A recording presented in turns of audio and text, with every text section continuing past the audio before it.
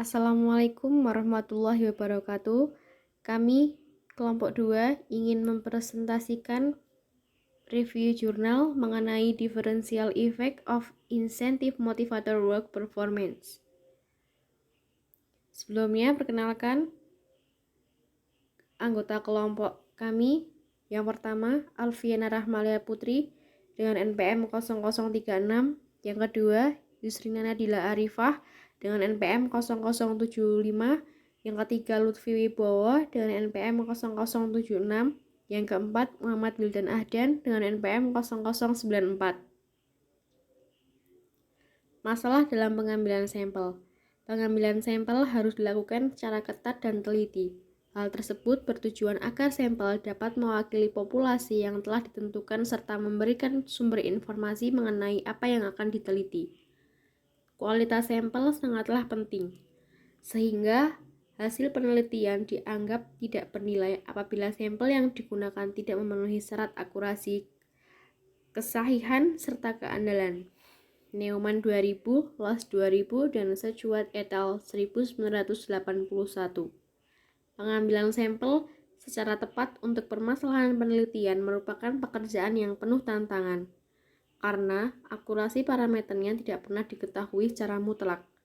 Kesulitan dalam penentuan sampel umumnya terkait dengan upaya pemenuhan kriteria sampel, yaitu menghasilkan data yang validitas dan reliabilitasnya memadai. Friedrich 2003.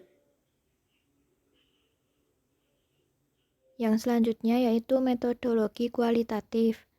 Metode kualitatif merupakan metode yang fokus pada pengamatan yang mendalam dan penelitiannya tidak menggunakan model matematik, statistik, atau komputer.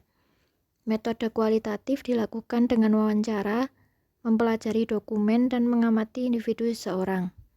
Berdasarkan jurnal yang kami review, penelitian ini berlangsung di divisi operasi dari perusahaan besar dengan lebih dari 7.000 karyawan satu wilayah metropolitan.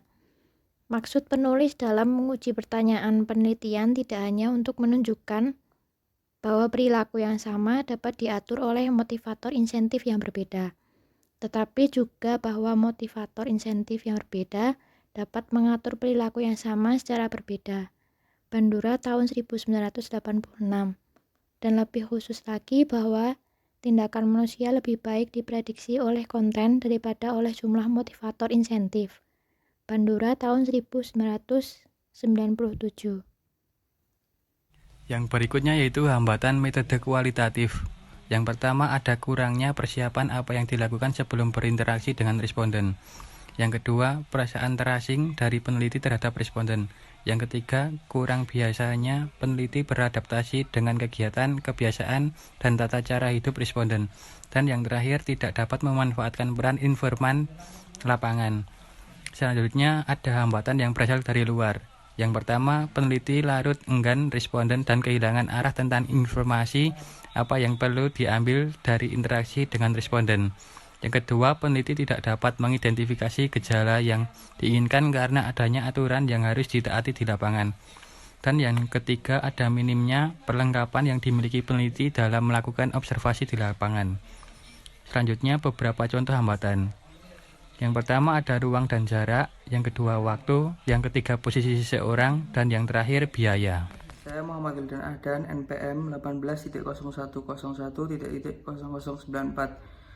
Di sini saya akan menjelaskan mengenai kesimpulan dari review literatur yang telah kami baca dari jurnal tersebut. Nah, menyebutkan bahwa yang pertama itu mengelola berbeda intervensi melalui model berbasis aplikasi namun berbasis teori seperti O.B.mod. Nah, di situ model mungkin memberikan cara untuk membantu mengatasi beberapa dari masalah desain dan proses yang terkait dengan penerapan gaji untuk kinerja dan motivator intensif lainnya. Nah, termasuk pengakuan sosial dan umpan balik.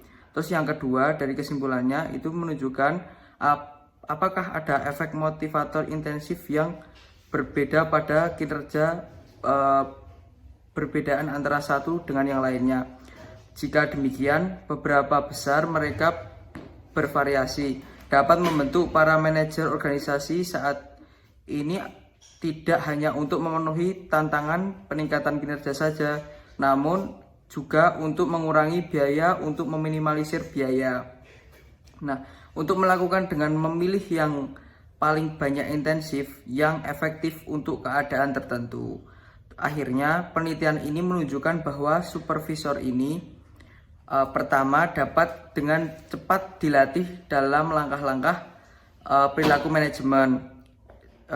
Contohnya dapat menerapkan secara efektif menggunakan motivator insentif yang berbeda, dan selanjutnya dapat memperoleh hasil kinerja yang positif. Seperti itu. Cukup sekian dari presentasi kelompok kami. Apabila ada kesalahan mohon dimaafkan. Wassalamualaikum warahmatullahi wabarakatuh.